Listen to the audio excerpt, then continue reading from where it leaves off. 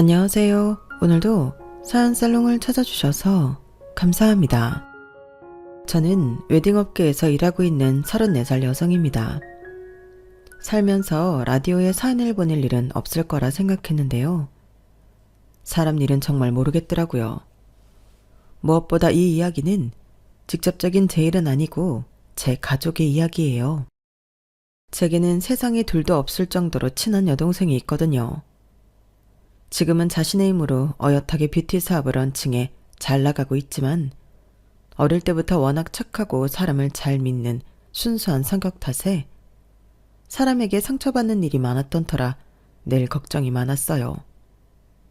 그래도 좋은 사람은 어떻게든 주변에 좋은 사람만 남는다고 가장 가까이 있는 사람들은 늘 동생에게 의지가 되는 좋은 사람들이라서 성인이 된 후로는 그렇게 큰 걱정은 없었어요.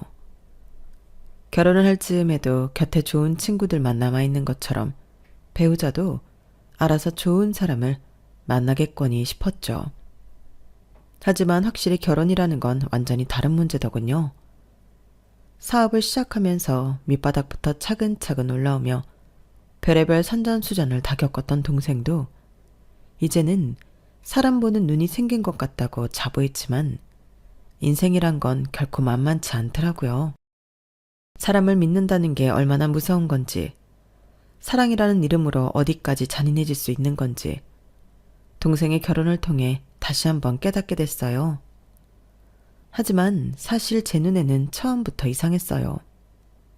돌이켜보면 마음에 걸리는 게 한두 가지가 아니었는데, 그걸 단순히 사적인 감정으로만 넘겼던 걸 지금까지도 후회하고 있답니다. 처음 동생이 남자친구를 소개시켜 주려고 했던 날이 아직도 생각이 나네요. 그때 내색은 안 했지만 속으로는 좀 많이 놀랐어요. 평소에 연애 상담은 했어도 실제로 사귀는 사람을 데리고 와서 소개시켜 주겠다고 한 적은 처음이었거든요. 그래서인지 그날따라 더 기대 반, 걱정 반이 들더군요.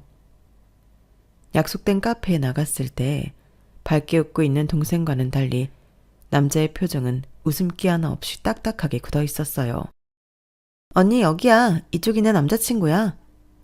제가 가까이 왔음에도 동생의 남자친구는 절 똑바로 보질 않더라고요. 처음에는 부끄러움이 많은 사람인가 싶어서 이해했는데 인사를 건넨 다음에야 쎄함이 몰려들었어요. 안녕하세요. 네. 제 인사를 단답으로 끊어버리는 태도에 살짝 당황스러웠어요. 그땐 당황스러움으로 넘겼는데 나중에 생각해보니 그렇게 예의 없을 수가 없더라고요. 언니 미안. 오빠가 좀 낯을 많이 가려서 그래. 살짝 굳은 제 얼굴을 본 동생이 중재에 나섰지만 그 뒤로도 남자의 행동은 마음에 안 들기 짝이 없었어요. 팔은 안으로 굽으니까 처음부터 100% 마음에 들 거라고 생각하고 만난 건 아니었어요. 제 마음에 차지 않아도 동생이 좋다고 하는 남자고 처음으로 소개시켜주는 자리니 최대한 열린 마음으로 보려고 노력했었죠.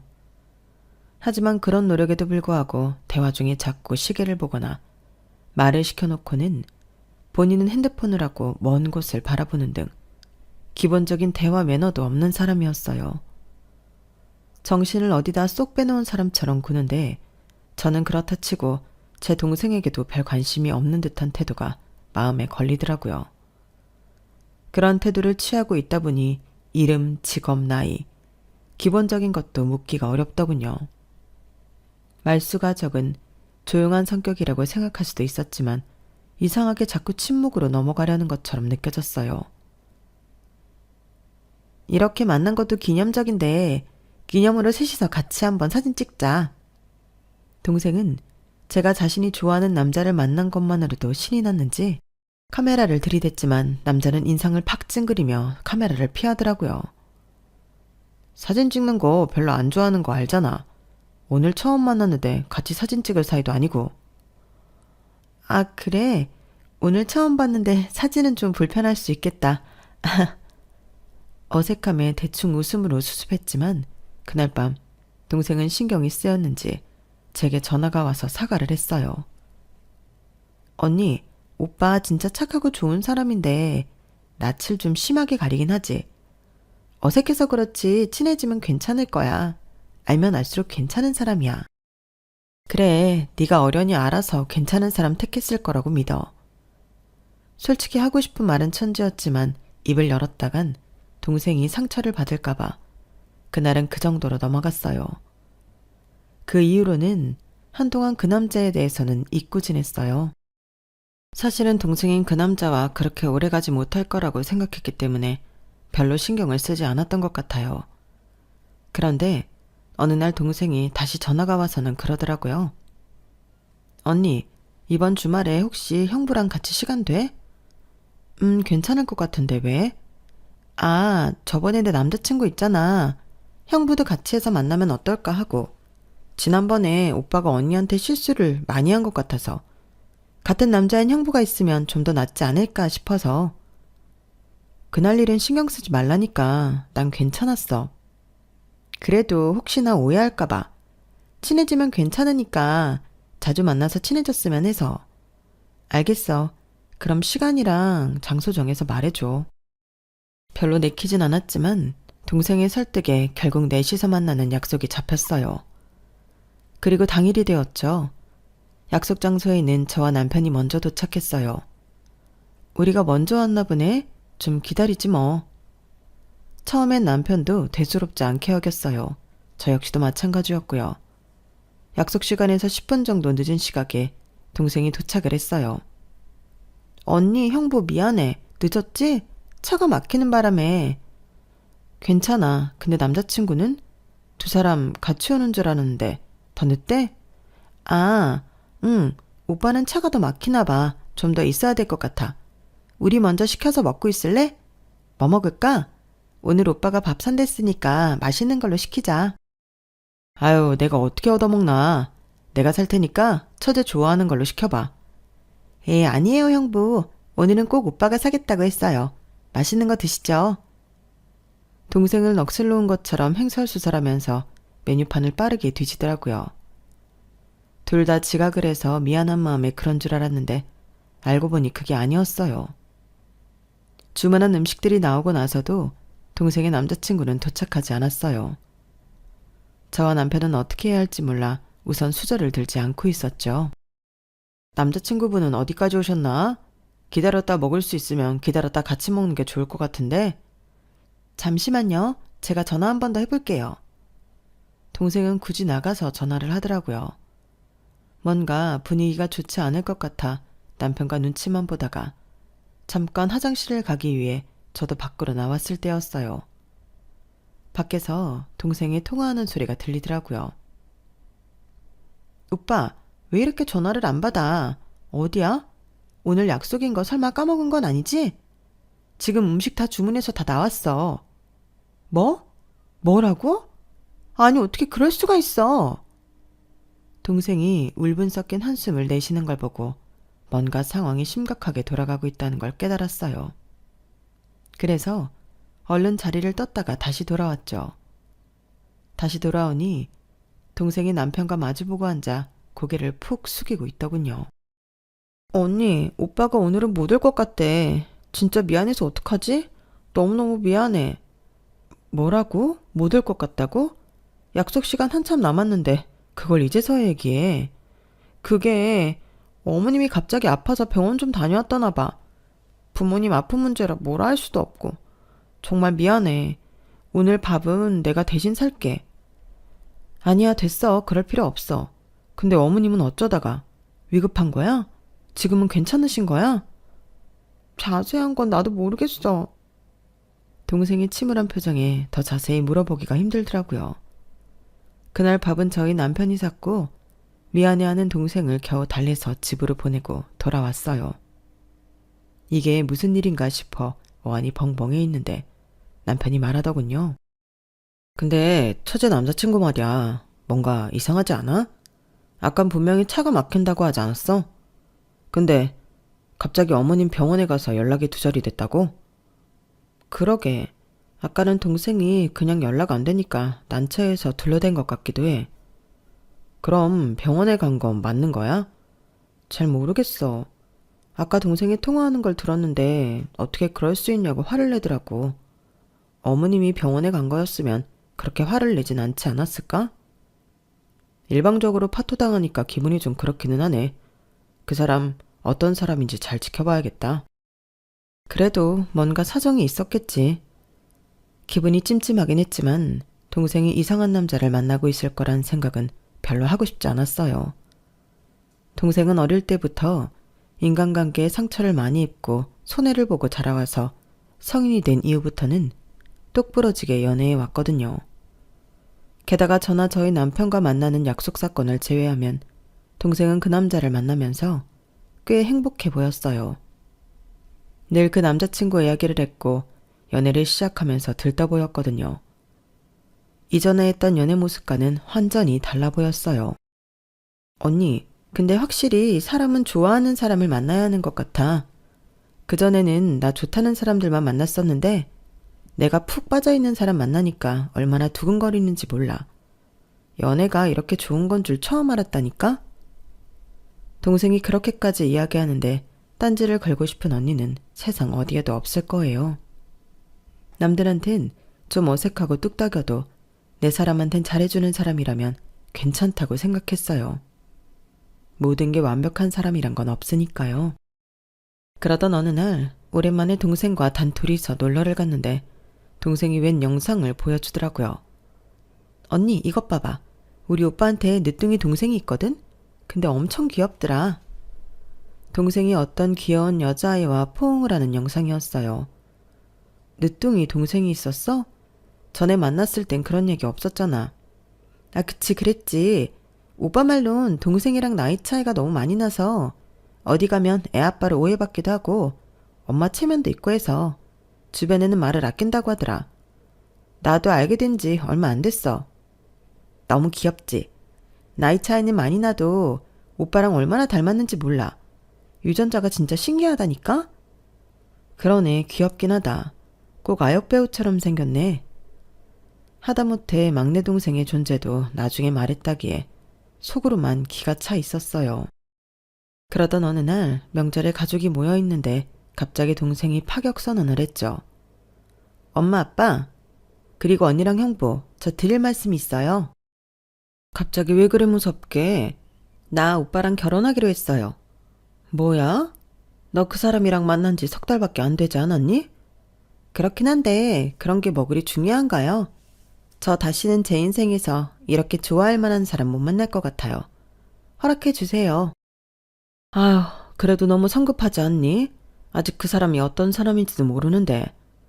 그래도 3달 동안 거의 매일 붙어 지냈는걸요. 다른 커플들은 일주일에 한두 번 보는 거, 저희는 맨날 붙어 있었으니까 사실상 3달보다 더 만난 거라고 생각하셔도 돼요.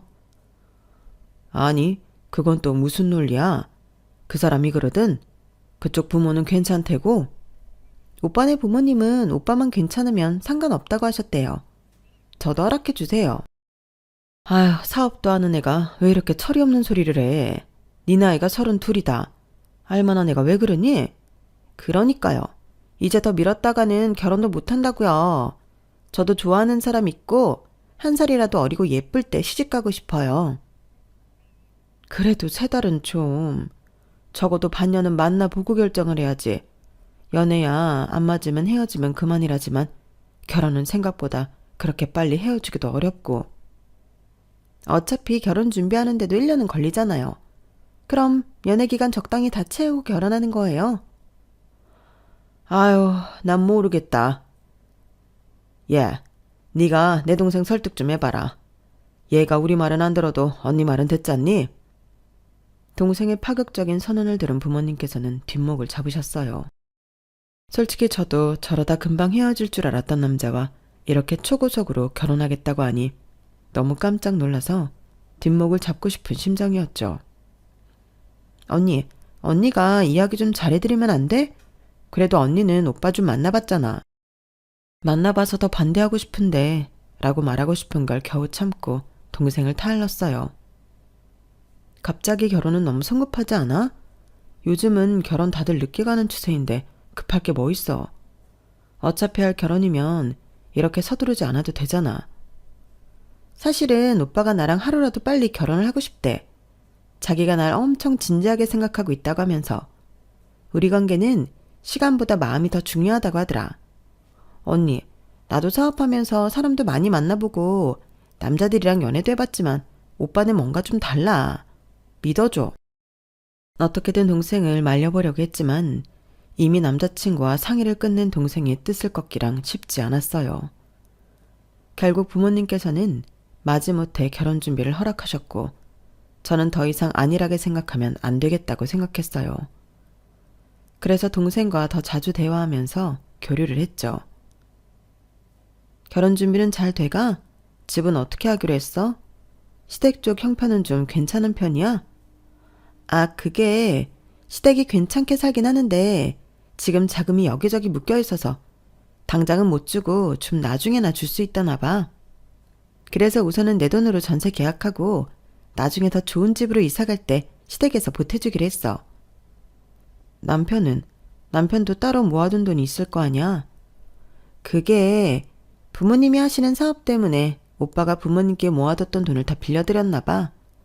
그래서 나중에 보태주실 때 같이 주시려는 모양이야. 뭐? 나중에 그래놓고 안 주시면 어쩌려고. 나도 당연히 물어봤지. 근데 오빠 말론 절대 돈 안 주실 분들은 아니래. 예전에도 빌려갔었는데 이자 크게 쳐서 늘 갚으셨었대. 그럼 다행이지만 기약이 너무 없으면 영영 못 받게 될 수도 있으니까 잘 이야기해보라고 해. 언니 걱정 마. 나 사업도 하는 여자야. 내가 그런 거 하나 못 챙길까봐? 다 믿을만 하니까 믿는 거지. 그럼 지금 전세로 들어가는 집은 명의는 내 명의로 계약한 거야? 아니, 공동명의로 하기로 했는데? 100% 네 돈으로 하는 계약인데 네 명의로 해야지. 나중에 혹시 모르잖아. 에이, 오빠 그럴 사람 아니라니까. 너도 이유가 있으니까 그 사람 믿는 거겠지만 가족들이 원치 않는 초고속 결혼 진행하는 거면 적어도 가족들이 안심할 수 있게 행동해. 네가 그 사람 믿는 건 뭐라 안 하겠지만 제3자가 볼 땐 이 결혼 너무 급하고 넌 그 사람한테 너무 푹 빠져 있어서 걱정돼. 걱정하는 그런 일이 안 일어나면 가장 좋겠지만 적어도 그럴 때 최소한 널 방어는 할 수 있게 해둬야 가족들도 안심하지. 알겠어 언니. 그렇게까지는 생각 못 해봤어. 가족들 입장에선 그렇게 생각할 수도 있겠다. 오빠가 믿음직스러운 사람인 건 차차 시간이 지나면 알게 될 거니까 그 전까진 언니 말대로 할게. 다행히 동생은 제 조언을 진지하게 들어줬어요. 예비 신랑과 관련된 일이라면 간이고 쓸개고 다 빼주려는 모습이 보여서 너무 걱정이 되더라고요. 다행히 전셋집은 동생 명의로 계약을 마쳤지만 그 사이에 약간 예비 신랑과 말다툼이 있었던 모양이더라고요. 말은 안 했지만 느낌으로 느껴졌어요.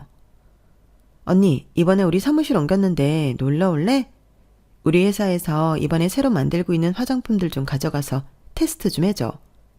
언니 친구들한테도 좀 나눠주고. 정말? 그럼 나야 좋지. 하루는 오랜만에 동생 사무실에 놀러 가게 됐어요.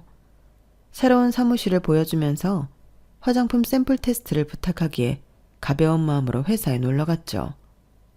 그런데 사무실 한 구석에 익숙한 이름이 적힌 명패가 있더군요. 마케팅 팀장 함정호. 동생의 예비 신랑 이름이었어요. 절대로 흔하지 않는 성과 이름이었기에 바로 그 사람인 걸 알 수 있었죠. 이거 뭐야? 함서방 여기 다녀? 깜짝 놀라서 묻자 동생도 놀랐는지 살짝 굳더군요. 아, 그게 우리가 브랜드 타겟층을 더 넓히고 싶은데 마케팅 전문 인력이 없어서 좀 난항을 겪고 있었거든. 근데 오빠가 계속 마케팅 일을 했던 사람이라 도움을 주겠다고 해서 그냥 오빠를 회사에 데리고 왔어. 아니, 그렇게 갑자기? 오빠가 감각도 좋고 광고 영상 아이디어도 내주고 모델도 추천해줬어. 안 그래도 우리 마케팅 쪽 인력을 보충해야 하는 상황이었는데 오빠처럼 브랜드에 관심 많은 사람이 들어와주면 너무 좋을 것 같아서. 그래도 부부가 같은 회사 다니는 게 쉬운 일은 아니라던데. 심지어 네 회사잖아. 걱정하지 마 언니. 우리 만나면서 한 번도 싸운 적 없다니까? 오빠가 어디서 그런 아이디어를 가져오는지 일도 잘해.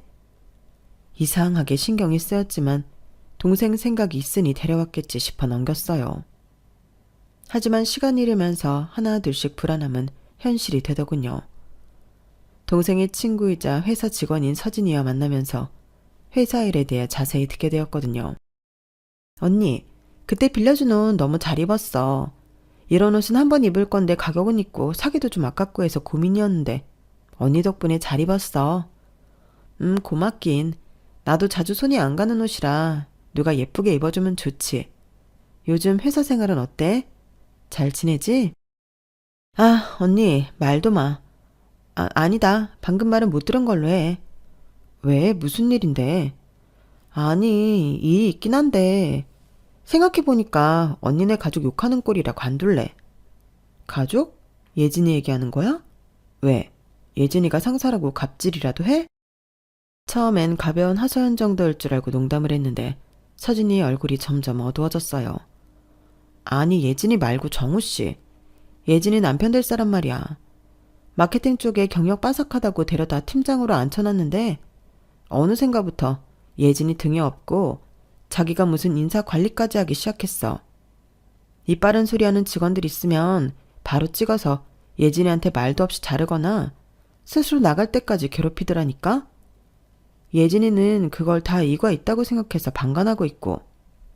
뭐라고? 그게 정말이야? 회사 내에서 불만이 얼마나 많은지 몰라. 우린 여성 고객 타겟으로 한 화장품 브랜드인데 너무 타겟층도 자기 또래 남자들 위주로만 생각하고 마케팅이라도 잘할 줄 알고 기대했는데 가져오는 시안 보면 전부 어디서 봤던 거야. 그래서 엎어진 적이 한두 번이 아니라니까. 일이라도 잘하면 참아 볼랬는데 회사 내에서 지금 그 사람 때문에 골머리 썩고 있는 사람이 엄청 많아. 함 팀장이 아니라 이 정도면 함 대표라 불러야 하는 거 아니냐고. 대표님보다 더 대표 같다고. 나도 실은 그 사람 거기까지 들어가서 일하는 거 좀 불안하긴 했어. 그런데 그런 일이 있었구나. 거기다 나 그런 소문도 들었어. 그 사람이 예진이한테 졸라서 남자 화장품 브랜드도 런칭하자고 했나 봐. 브랜드를 새로 런칭하는 건 품이 많이 드니까 예진이가 그냥 우리 브랜드 내에서 남자 화장품 라인을 만들자고 했는데 와이프가 대표 자리에 있는데 자기가 후달리게 팀장 자리인데 쪽팔린다고 대표 직함 달아야겠다고 싸우는 걸 어떤 직원이 봤대. 회사 일이라 개입하는 게 좀 그렇긴 하지만 그래도 언니가 넌지시 한번 말이라도 해주면 안 돼? 예비 신랑이랑은 같이 일 안 하는 게 어떠냐고. 그렇게 경력 많은 사람이면 다른 회사 가도 되잖아. 걔가 내 말 듣겠어? 내가 말했다가 괜히 둘이 또 싸움 날 수도 있는데. 그래도 한번 지나가듯 얘기는 해볼게. 나도 이런 부탁은 하기 싫지만 애정했던 회사라 이렇게 흔들리는 꼴 보고 있기가 좀 그래. 스트레스도 상당하고. 그래도 예진이가 언니 말은 잘 듣잖아. 부탁할게. 그 말을 들으니 도저히 외면하기가 힘들더라고요. 어렸을 때부터 동생이 제 말만큼은 귀담아 듣고 잘 따라줬거든요. 회사 일은 먹고 사는 일이니만큼 중요한 문제라고 생각해서 꼭 이야기해줘야겠다 싶었죠. 그런데 평소였다면 수용적인 태도로 진지하게 조언을 들었을 동생이 조금 날카로운 반응을 하더라고요. 언니, 그런 얘긴 또 어디서 들었어? 설마 서진이가 그래? 어디서 들은 게 중요한 게 아니잖아. 왜 그렇게 공격적으로 나와? 그래서 지금 나보고 남편 될 사람을 회사에서 내보내라는 거야? 뭐 그랬다가 파혼이라도 당하라고? 어떻게 언니가 나한테 그래? 그런 뜻이 아니라 뭔가 쎄하다니까? 너 아직 그 사람 잘 알지도 못하면서 결혼 앞뒀다는 이유로 너무 믿는 거 아니야? 결혼하고 좀 살아보고 그렇게 해도 되잖아. 언니, 정우 씨가 뭐라는 줄 알아? 내가 언니 말 하나하나에 너무 휘둘린데 언니한테 내가 가스라이팅 당하면서 자라온 거 아니냐고 하던데? 다른 건 몰라도 인생에서 중요한 결정들은 내 스스로 할래. 내가 같이 사는 거지 언니가 정우 씨랑 사는 거 아니잖아. 회사도 내가 바닥부터 읽어온 회사야. 언니가 개입할 필요 없어. 동생과 태어나서 처음으로 크게 싸워본 날이었어요. 동생은 이상하게 제 이야기를 들으려고 하지도 않더라고요. 그 와중에 저와 동생 사이를 부지런히 이간질한 예비 신랑 이야기는 기가 차더군요. 동생은 점점 저와 대화하는 걸 꺼려했고 제 연락도 잘 안 받기 시작했어요. 한때 누구보다 친하고 소중했던 사이였는데 눈에 보이지 않는 균열이 점점 커지기 시작했죠. 여보, 이 애는 누구야? 아니, 처제 예비신랑 애 있어? 그게 무슨 소리야? 하루는 남편이 주말에 메신저 프로필 사진을 보다가 제 동생 프로필 사진을 보곤 저런 말을 하더라고요. 그 말에 화들짝 놀라 동생의 프로필 사진을 확인해 보니 예비신랑의 늦둥이 동생과 셋이서 어딜 놀러 다녀온 모양인지 셋이서 같이 찍은 사진이 올라와 있더라고요. 남들이 보기엔 영락없는 가족 사진 같았어요. 깜짝이야. 아니야, 이 사람 늦둥이 여동생이 있다더라고. 아, 그래? 근데 되게 많이 닮았다. 하긴 남매니까 닮았겠지만 난 무슨 숨겨놓은 딸이라도 있는 줄 알고 놀랐네. 에이, 아무리 그래도 설마. 보통 상황이라면 말 같지도 않은 소리라며 웃어 넘겼지만 이상하게 웃음이 나오지 않더라고요. 그래도 제가 그 사람을 너무 이상하게만 보고 있는 거 아닌가. 동생이 선택한 데엔 이유가 있지 않을까 싶은 마음으로 애써 넘겼어요. 그러는 중 시간은 빠르게 흘러 양가 상견례 날이 다가왔어요. 상견례 날은 생각보다 차분하게 흘러갔어요. 사부인은 품격 있어 보였고 예진이는 오랜만에 꾸밈 없는 얼굴로 환하게 웃고 있었어요. 오늘 늦둥이 동생은 안 났네요.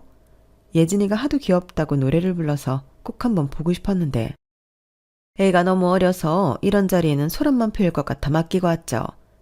결혼식 때는 데리고 올 테니 그따 인사시킬게요. 그나저나 저는 참 우리 예진이가 마음에 들어요. 요즘 세상에 이런 며느리 얻었다고 하면 주변에서 얼마나 부러워하는지 몰라요. 아, 별 말씀을 다. 함서방도 우리 예진이한테 지극정성이니 저희도 더 바랄 게 없답니다. 예진이가 누굴 만나면서 저렇게 좋아하는 모습은 처음 봤거든요. 나름대로 상견례는 화기애애했고 그 안에서 심기가 불편한 건 저뿐이었어요. 정말 이렇게 동생을 이대로 결혼시키는 게 맞나 그런 생각이 자꾸만 들었거든요. 식사가 끝나고 성공적이었다고 할 수 있는 상견례에 동생은 기분이 무척 좋아 보였어요. 저는 잠깐 화장실을 갔다 오기 위해 자리에서 일어났죠. 화장실은 복도 끝에 있었고 그쪽은 식당 구석이라 아무도 없이 조용했어요. 그런데 사람 말소리가 들리더라고요. 그때 제가 왜 그랬는지 모르겠지만 저도 모르게 거의 본능적으로 벽 뒤로 몸을 숨겼어요. 화장실 거울 앞에서 누군가 영상통화를 하고 있었어요. 동생의 예비 시어머님이었죠. 영상통화를 하고 있는데 잘 보니 늦둥이 딸과 통화를 하고 있는 모양이더라고요. 괜히 어색한 마음에 통화가 끝날 때까지 기다렸다가 들어가려는데 두 사람의 대화가 조금 이상했어요. 할머니, 아빠 언제 와? 나 너무 심심해. 아빠 또 그 언니 보러 간 거야? 이제 집에 갈 거야. 할머니, 나 또 아빠 다른 언니한테 뺏기는 거 싫은데. 아유, 곧 끝나. 조금만 더 참자. 아빠랑 둘이 살고 싶다면서. 아빠가 다시 너 데리고 갈 수 있으려면 이번 결혼은 꼭 성공해야 돼. 그 말에 저는 깜짝 놀라 다시 영상통화 화면 속 아이를 봤어요. 손과 가슴이 벌벌 떨리더군요. 늦둥이 동생이라고 했던 아이가 화면 속에 있었어요. 저는 떨리는 손으로 핸드폰을 꺼내서 몰래 영상을 촬영하기 시작했어요. 할머니한테 엄마라고 하기 싫어. 할머니는 할머니지 왜 내 엄마야. 아빠한테 오빠라고 하는 것도 싫어. 그래. 우리 손녀가 오늘따라 왜 이렇게 투정일까. 그래서 할머니랑 아빠가 엄마 만들어주라고 이러는 거잖아. 우리 공주님도 엄마가 있어야지. 그 언니는 내가 아빠 딸인 거 모르잖아. 그럼 내가 계속 언니라고 불러야 될 수도 있잖아. 아니야. 결혼만 잘하면 우리 공주가 아빠 딸인 거 언니한테 말할 거야. 안 그러면 언니가 아빠랑 결혼 안 해준대. 우리 딱 1년만 참자. 우리 공주가 초등학교 입학할 때까지만.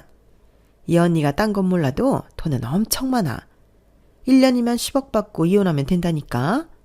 우리 공주 10억이 얼마나 큰 돈인지 모르지? 아이를 몇 분 더 달래던 예비 시어머니는 통화를 종료하고 화장실 밖으로 나왔어요. 그리고는 저와 눈이 마주쳤죠. 1초 정도. 저희는 서로 말없이 바라만 봤어요. 저는 촬영했던 영상을 남편에게 전송한 뒤 버튼을 눌러 영상 속 음성을 재생했어요. 늦둥이 딸이라던 애가 손녀였나요? 결혼 서두를 때부터 이상하다고 생각하긴 했는데 하다 딸을 숨기고 있을 줄은 상상도 못했네요. 예진이도 아나요? 당연히 모르겠죠? 사부인은 무언가 변명하려고 했지만 얼굴은 창백해졌고 입술은 제대로 열리지 않는 것 같았어요. 저기 그게 아니라 사람을 속이려도 어떻게 이렇게까지 속여요? 이렇게 속여서 결혼한다 한들 그의 정체가 밝혀지는 순간 이건 사기 결혼이란 걸 왜 몰라요? 잘 됐네요. 전 처음부터 이 결혼 얻고 싶었거든요. 잠깐만, 오해가 있는데 내 나이가 너무 많다 보니 엄마라고 하기 민망해서 애한테 할머니라고 거짓말 친 거야. 그걸 오해한 거야. 그런 거였으면 이야기가 바로 나왔어야죠. 그리고 그게 말이나 된다고 생각하세요? 뒤에서 애걸복걸 매달리는 사부인을 뿌리치고 전 바로 저희 가족에게 달려갔어요. 언니, 왜 이렇게 오래 걸려? 예진아, 너 이 결혼 엎어야겠다. 뭐? 또 왜 그래 언니? 진짜 왜 이렇게 내 결혼을 못마땅해 하는 건데? 그래, 너 지금 상견례 자리에서 뭐 하는 건 이미지나. 이런 얘기는 집에 가서 조용히 해도 되잖니. 엄마 아빠, 제가 뭘 좀 찍어왔는데요. 바로 이 자리에서 아셔야 할 것 같아서요. 모든 사람이 지켜보는 가운데 시어머니의 영상이 재생됐어요. 예진이는 믿기지 않는 듯 핸드폰을 빼앗아 시어머니의 영상통화 화면 속에 담긴 아이의 얼굴까지 확대해서 확인해 보더라고요. 하지만 누가 봐도 그 아이는 영락없이 동생의 프로필 사진 속 늦둥이 동생을 가장한 함정우 씨의 딸이었어요. 그걸 본 동생은 물론이고 엄마 아빠까지 얼굴이 붉어질 정도로 화가 나셨죠. 이게 사실이에요? 지금 우릴 속이고 이렇게 결혼하려고 했다고? 함서방, 자네가 말해보게. 진짜 딸이 있나? 드릴 말씀이 없습니다. 뭐? 뭐 이렇게 뻔뻔한 자식이 다 있어? 자네 이런 사람이었나? 이렇게 중요한 걸 처음부터 숨기는 사람을 어떻게 믿고 내 딸을 맡겨? 이거 완전히 사기 결혼 아니야? 아버지는 분에 못 이겨 예비 신랑에게 달려들어 했고 저와 남편이 겨우 합세에 막았어요. 이 결혼은 없던 걸로 해. 그리고 너, 내 딸 회사에서 당장 나가. 웬 미친놈의 집구석을 집안 식구로 들일 뻔했네. 퇴! 오빠가 어떻게 나한테 이럴 수 있어? 회사 잘렸다고 해서 내가 걷어주고 회사 사람들 사이에서 말 많이 나올 때도 못 들은 척하고 결혼 준비며 전셋집 계약이며 다 내 돈으로 했는데 진짜 사람 진심을 이렇게까지 이용해? 동생이니까 잘 지냈으면 좋겠다고 해서 팔자에도 없던 육아로 몇 없는 휴일 데이트 퉁치는 것도 몇 번이나 했는데 그래, 이제 알겠다. 오빠랑 어머님은 그냥 나를 아이 잠깐 맡기고 한탕 크게 쳐서 돈이나 뜯어낼 물줄을 생각한 거구나. 그러니까 나한테 그렇게 할 수 있었던 거야. 우린 이제 영원히 끝이야. 예진아, 내가 딸이 있다고 말하면 네가 날 떠날 것 같아서 그랬어.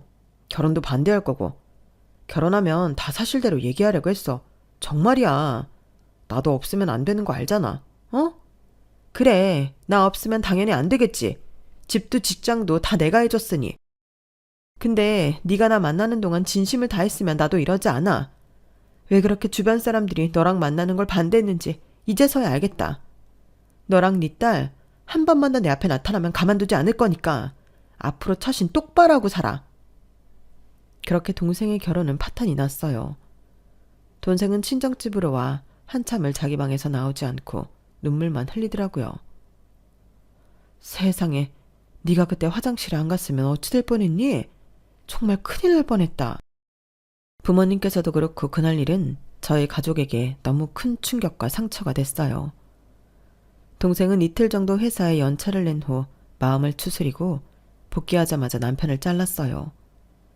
그리고 전셋집에서도 남편 짐을 다 싸서 시어머니 주소로 보내버리고 비밀번호도 바꿔버렸죠. 전셋집 계약을 본인 명의로 해둬서 다행이었어요.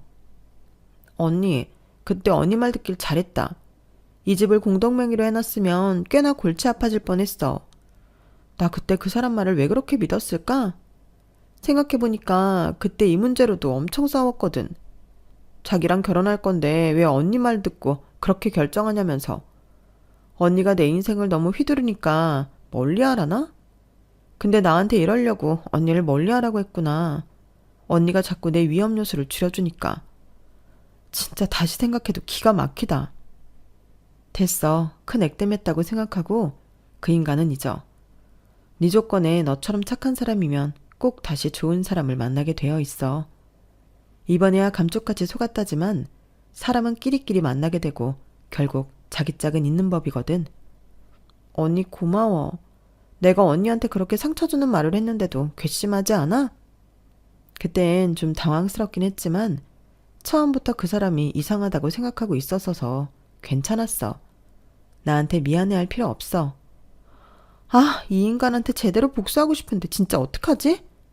회사에서 내쫓고 집에서 내쫓은 것만으로는 분이 안 풀려. 그럼 우리도 방법을 찾아보자. 기다려보면 복수하기 적당한 때가 반드시 올 거야. 동생의 상처는 시간이 갈수록 조금씩 아물어갔고 그때 악몽은 잊고 가족 모두 원래의 생활을 찾아가기 시작했어요. 그때 친하게 지내던 웨딩 플래너에게서 연락이 왔어요. 언니, 잘 지내시죠? 오랜만이에요. 어머, 웬일이야? 잘 지내지? 아니, 언니 작년에 동생 결혼 문제로 뒤집어졌다고 했잖아요. 근데 그 사람 이름이 함정우 맞죠? 이름이 특이해서 아직도 기억하고 있었거든요. 맞아. 근데 그건 왜? 아니, 제가 지금 사진 보내볼 테니까 그 사람 만나 한번 보세요.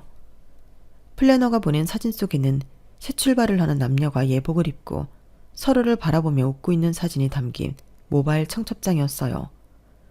미친 거 아니야? 이 인간 또 결혼한다고? 네, 이 사람 맞죠? 어쩐지 쎄해서 연락드렸어요. 와, 진짜 웃기는 놈이네. 또 어디서 월척 낚았나 보네. 내가 이 자식을 가만 두나 봐라. 저 여기 웨딩홀 사람들이랑 친해요, 언니. 저도 도울게요. 저는 친한 동생의 도움을 받아 예진이와 함께 복수 계획을 짰어요. 몰래 웨딩홀 직원을 매수해서 식전 영상에 올라갈 영상 대신 저희가 준비한 영상을 올려달라고 했죠. 그 영상은 제가 촬영했던 시어머니의 영상과 함께 예진의 영상이 담겨 있었어요. 새로 인생을 시작하시려던 신부님께 혹시 함정우 씨에게 딸이 있다는 사실을 아셨는지 걱정되어 이렇게 영상 편지를 남깁니다. 진지한 인사말과 함께 시작한 그 영상에는 예진이가 직접 겪은 일들과 결혼이 어떻게 파탄났는지가 담겨 있었어요. 예진이는 그 무렵부터 뷰티 사업이 성행해 얼굴까지 알려진 CEO였기에 얼굴을 밝히고 피해 사실을 알리는 게 더 효과적일 거라는 판단이었죠. 혹시 모를 사고를 방지하기 위해 직접 가지는 않고 영상만 보냈고 웨딩홀 직원에게 받은 후기 영상은 참담하더라고요. 당신 미쳤어? 화가 난 신부가 부케를 그 남자에게 집어 던졌고 웨딩드레스 자락을 움켜쥔 신부가 화난 걸음으로 버진로드를 되돌아 나갔어요. 부케를 집어들고 어쩔 줄 몰라하며 신부를 쫓는 함정우의 모습과 뻔뻔하게도 곱게 한복을 차려입고 있던 전 시어머니가 뒷목을 접으며 쓰러지는 모습까지 아주 생생한 현장이더라고요. 동생의 이름이 알려진 덕분에 이 일은 기사까지 실리게 되었고 인터넷에 신상까지 알려지게 됐어요. 당시에는 정말 동생과 저희 가족의 일에 큰일이었지만 이제는 사적인 자리에서 가끔 결혼 관련 질문을 받을 때마다 동생은 농담으로 웃어넘기는 여유가 생겼답니다. 이제 그런 남자는 눈만 봐도 딱 알겠다니까요. 당한 게 하도 많아서요. 그리고 제가 못 알아보더라도 우리 언니가 아주 사람 보는 눈이 기가 막히거든요. 덕분에 다음 사람은 좋은 사람 만날 것 같아요. 제 이야기는 여기까지입니다. 제 동생 앞으로 인생 잘 헤쳐나가길 바라며 들어주셔서 고맙습니다. 건강하시고 복 받으세요. 여러분, 사연 댓글에 응원과 현명한 조언 부탁드려요. 좋아요와 구독은 저에게 큰 힘이 됩니다. 오늘도 좋은 일 가득하세요.